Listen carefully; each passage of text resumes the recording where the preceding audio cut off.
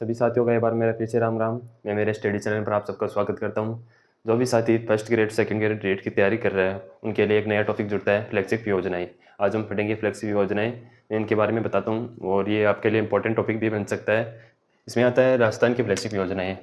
अप्रैल 2015 राजस्थान सरकार द्वारा आयोजना विभाग आयोजना विभाग द्वारा एक अधिसूचना जारी की गई, जिसके अनुसार 25 फ्लेक्सिब योजनाओं को दर्जा दिया गया। कितनी योजनाओं को? 25 फ्लेक्सिब योजनाओं को दर्जा दिया गया। ये फ्लेक्सिब योजनाओं का कार्यक्रम या योजना ये राज्य की सबसे महत्वपूर्ण योजना होती है, जो राज्य के सभी वर्ग के लोगों कल्याण को ध्यान में रखते हुए निर्मित की जाती है या संचालित की जाती है। ये हमारा नेक्स्ट बिंदु आता है। ऐसी योजनाओं को प्रत्येक माह मुख्यमंत्री कार्यालय होता है उनके द्वारा कार्यालय स्तर पर मॉनिटरिंग की जाती है, यानी कि उनकी देखरेख की जाती है।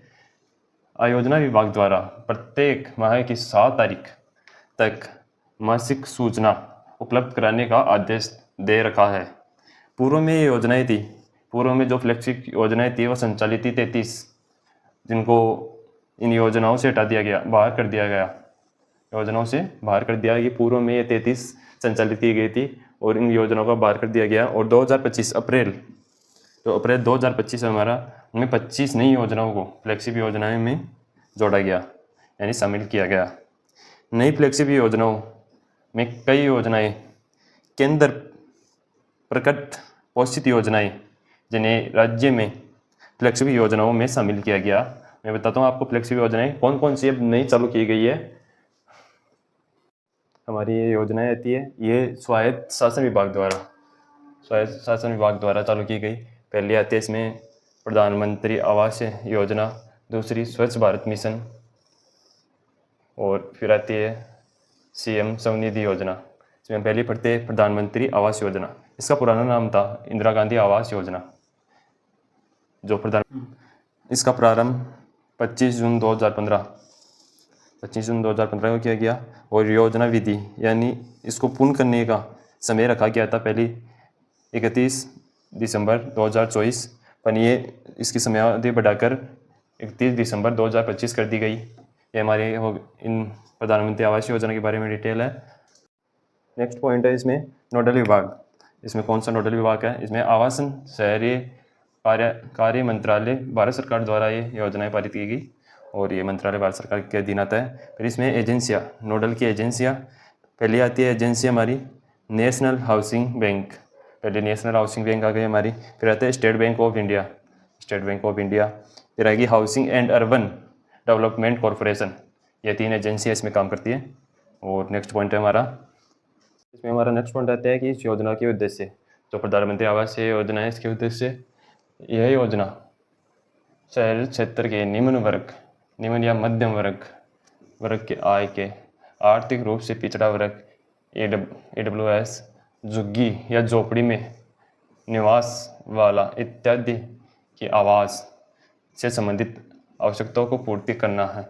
यानी जो जिसके पास आर्थिक रूप से कमज़ोर हो और वर्ग से पिछड़ा हुआ हो और जो झुग्गी झोपड़ी यानी कच्चे मकान में रहता हो, उनके लिए ये योजनाएं चालू की गई थी। और इसमें वित्त पोषित सामान्य राज्य में केंद्र की तरफ से 60% और राज्य की तरफ से 40%, और पूर्वोत्तर राज्य में केंद्र की तरफ से 90%, पूर्वोत्तर राज्य में केंद्र की तरफ से 90 और राज्य की तरफ से 10%। इसमें पात्र कौन है, कौन इस योजना का लाभ उठा सकता है, उसके बारे में हम बात करते हैं। आर्थिक रूप से कमज़ोर यानी निर्धन, जो आर्थिक रूप से कमज़ोर है, इसमें बताया गया है कि जैसे उसकी मासिक या सालाना आय 80,000 से कम हो, और भी इसमें आर्थिक रूप में नियम है। और जिसके पास कोई मकान नहीं हो, जो बेघर हो, जिनके पास कोई मकान नहीं है, और सामाजिक रूप से कमज़ोर, जो सामाजिक रूप से कमज़ोर है, जैसे SC, ST, OBC, BPL आदि, जो सामान्य रूप से कमज़ोर है वो भी इसका लाभ उठा सकते। इसमें प्राथमिकता दी जाती है, ये प्राथमिकता है। जो विधवा महिला है उसको इसमें सर्वोच्च प्राथमिकता दी जाती है। विधवा महिला और उसके पास आवास नहीं है तो उसको ये प्राथमिकता दी जाती है। और महिला, दिव्यांग, ट्रांसजेंडर आदि इसमें पात्र है। और इसमें ऋण अवधि वापस लौटाने का समय है 20 वर्ष। इसमें हमको 20 वर्ष के अंतराल में ऋण अवधि वापस लौटानी होती है। और हमारा नेक्स्ट पॉइंट आता है इसमें कि इस योजना में कितनी सब्सिडी मिलती है हमको। इसमें सब्सिडी के बारे में मैं आपको बताता हूँ। और इसमें लाभार्थी वर्ग है जो आर्थिक रूप से पिछड़ा है उसको 30 वर्ग मीटर का हाउस यानी घर बन क्षेत्रफल मिलता है और 6 लाख रुपए बैंक से लोन मिलता है और 6.5% की दर से। फिर आता है हमारा इसमें निम्न आय का वर्ग। इसमें 60 वर्ग मीटर का प्लॉट मिलता है आपको और इसमें भी 6 लाख रुपए बैंक द्वारा लोन दिया जाता है और 6.5% की दर से। फिर आता है हमारा मध्यम आय वर्ग फर्स्ट। इसको 120 वर्ग मीटर का प्लॉट मिलता है और इसको भी 6 लाख रुपए बैंक द्वारा लोन दिया जाता है और 4.0% की दर से। फिर आता है हमारा मध्यम आय वर्ग सेकंड। इसको 200 वर्ग गज का प्लॉट मिलता है, वर्ग मीटर 200 वर्ग मीटर का प्लॉट मिलता है। इसको भी 6 लाख रुपए बैंक द्वारा लोन दिया जाता है और 3.0% की दर पर। और मैं बताता हूँ ये कैटेगरी इनकी वार्षिक आय कितनी होनी चाहिए। और ये हमारा आता है आर्थिक रूप से कमज़ोर है उसकी प्रति व्यक्ति आय 3 लाख से कम होनी चाहिए। फिर हमारा आता है निम्न आय वर्ग। इसकी 6 लाख से कम होनी चाहिए, प्रति व्यक्ति आय 6 लाख से कम। फिर आता है हमारा मध्यम आय वर्ग फर्स्ट। इसकी प्रति व्यक्ति आय 12 लाख से कम होनी चाहिए। फिर हमारा नेक्स्ट आता है मध्यम आय वर्ग सेकंड। इसकी प्रति व्यक्ति आय 18 लाख से कम होनी चाहिए। इनके बारे में बताया कि सब्सिडी कितनी मिलती है निर्माण योजना के लिए। और मैं आपको नेक्स्ट पॉइंट बताता हूँ।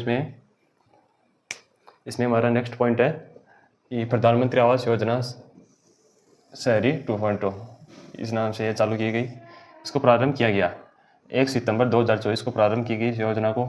इसका नोडल था आवास शहरी विकास मंत्रालय, भारत सरकार के अधीन है ये। इसका नोडल था। इसकी समयावधि 5 वर्ष में योजना को पूरा करने का समय था। और इसमें प्रधानमंत्री आवास योजना के तहत राज्य में केंद्र सरकार के द्वारा 1.57 लाख आवास निर्माण की स्वीकृति दी गई। जो भारत सरकार की योजनाएं थी उसको राजस्थान सरकार को 1.57 लाख आवास निर्माण की स्वीकृति दी गई। इस योजना के तहत 3,05,362 जो इतने आवास को स्वीकृति प्रदान की गई 3,05,362 को, जिनमें से निर्माण हो चुका है 1,68,793 आवासों का निर्माण हो चुका है। और जो निर्माणाधीन है जिनका कार्य अब चल रहा है वह है 73,122। इनका भी कार्य चल रहा है। और नेक्स्ट पॉइंट आता है हमारा नेक्स्ट पॉइंट आता है इसमें आर्थिक समीक्षा। ये आर्थिक समीक्षा 2024-25 के अनुसार प्रधानमंत्री आवास योजना शहरी के तहत आवास की स्वीकृति यानी 2024-25 में कितने आवासों को स्वीकृति दी गई? 2,88,550 आवासों को। ये बनकर तैयार हो गया आवास पूरे 1,94,700 इतने आवास अभी बन चुके हैं। और जो निर्माणाधीन है 73,603 आवास। और हम कल पढ़ेंगे स्वच्छ भारत मिशन। आज के लिए इतना ही काफ़ी। धन्यवाद। जिसको वीडियो अच्छा लगा तो प्लीज़ लाइक और सब्सक्राइब करना और हमारी स्टडी चैनल से जुड़िए।